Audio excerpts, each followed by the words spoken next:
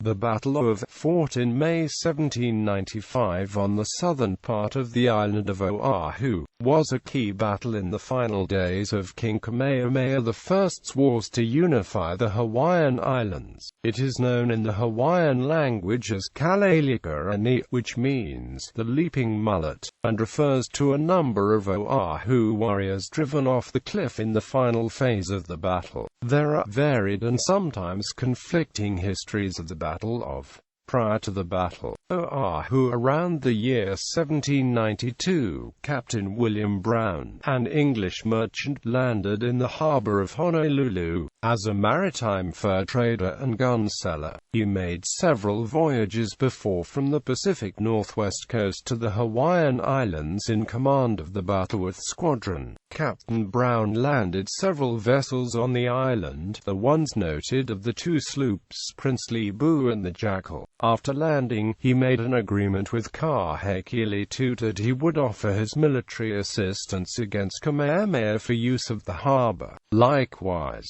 Kamehameha requested military assistance and the use of artillery from Captain George Vancouver, and in exchange ceded the island of Hawaii to Great Britain in February 1794. The two rival chiefs never met again, as Kahekili II died in mid-1794. At this point, Kahekili's son, Kalelekaʻanae, had control of the island of Oahu, and his half-brother, Kaʻanae, had control of the islands of Kauai, Maui, Lanai, and Molokai. After Kahekili's death, Kaʻanae decided to visit Kauai, his home island. In order to accomplish this, he had to travel through the Way of Oahu. Kalelekaʻanae then set up trenches and earthworks on the windward side of Oahu, where Kaʻanae's canoes would pass.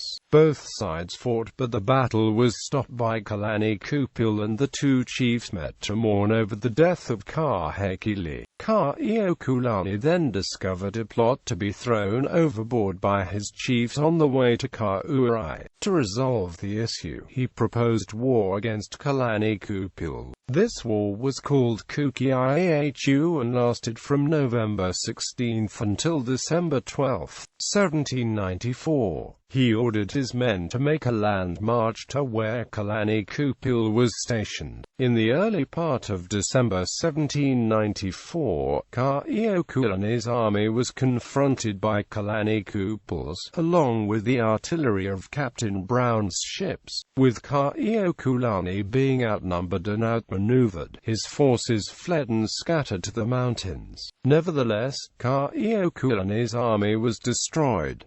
After Kaʻanae's defeat, a dispute arose with Captain Brown over payment. Brown and several of his men were killed, and Kalelekaʻanae took possession of the Jackal and the Princely Boo, together with all their arms. After 3 weeks of preparation, on January 4, 1795, Kalelekaʻanae set sail for Hawaii with a fleet of canoes and the two ships, intending to make war on Kamehameha. But the ship's crews recaptured the vessels while they were at anchor off Waikiki. They sailed for Hawaii, where they told Kamehameha all that had happened. They traded Kamehameha all of Kalelekaʻanae's weapons, which had remained in the ships, in return for supplies. Kalelekaʻanae had received prior warnings of the impending invasion from the chiefs of Maui and Molokai, and had begun building several lines of fortifications on Oahu. He had already begun buying muskets and cannons from European traders, but had far fewer than Kamehameha. He was also assisted by one of Kamehameha's chiefs, Kaiana, who defected before the battle began. Kaiana had fallen out of favor with Kamehameha's inner circle and feared that he was being plotted against. On the voyage to Oahu, his army split off from the Hawaiian Armada and landed on the north side of the island. There they began cutting notches into the mountain ridge, which would serve as gun ports for Kalani Kupul's cannons.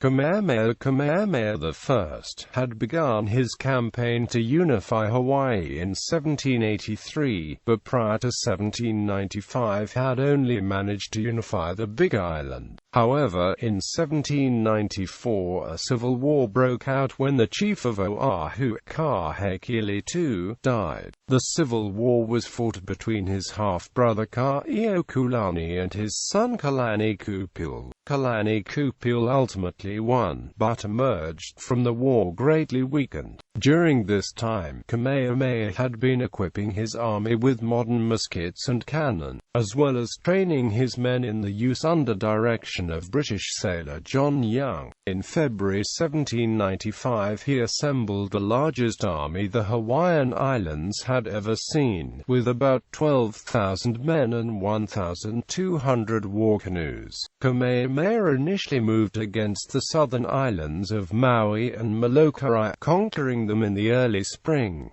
Then he invaded Oahu.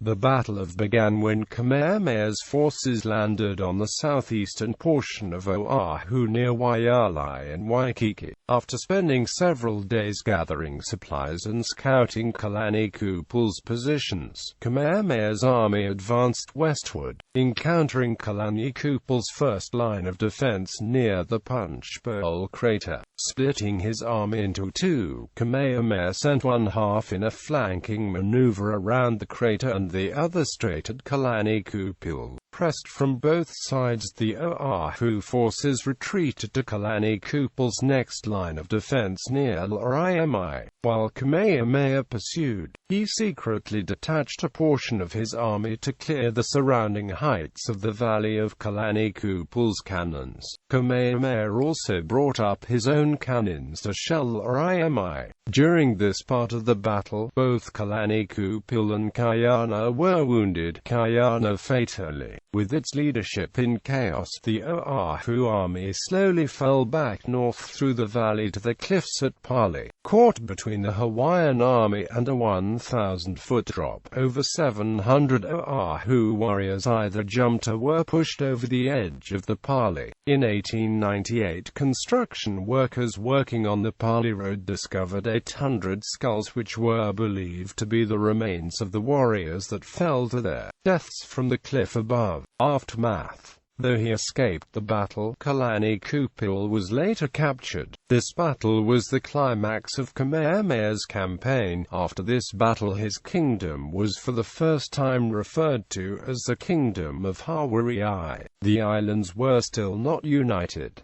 He had to capture the remaining neighboring islands of Kauai and Niihau. First he had to put down an uprising on the Big Island, and then he began his preparations for the conquest of Kauai. However, before this battle could be fought, the King Kamehameha I of Kauai submitted to Kamehameha, giving him effective control over the Hawaiian Islands.